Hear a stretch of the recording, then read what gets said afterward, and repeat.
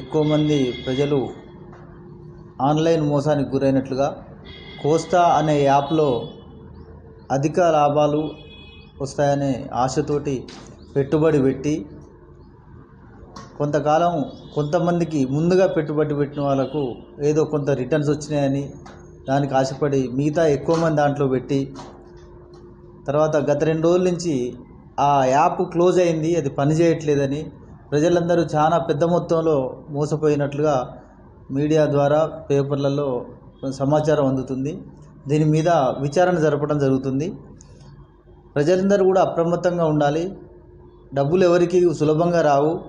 అధిక వడ్డీలకు అత్యాశకు పోతే మోసానికి గురయ్యే అవకాశం ఉంటుంది.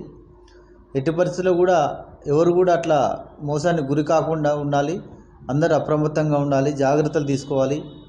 ఒకవేళ మిమ్మల్ని ఎవరన్నా పలానా దాంట్లో పెట్టుబడి పెట్టండి అని చెప్పినట్లయితే, మిమ్మల్ని మోసపుచ్చినట్టుగా డైరెక్ట్గా ఏమైనా సమాచారం ఉన్నట్లయితే మా దృష్టికి తీసుకురండి.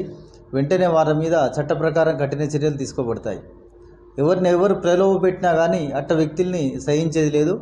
వాళ్ళ మీద చర్యలు తీసుకుంటాం.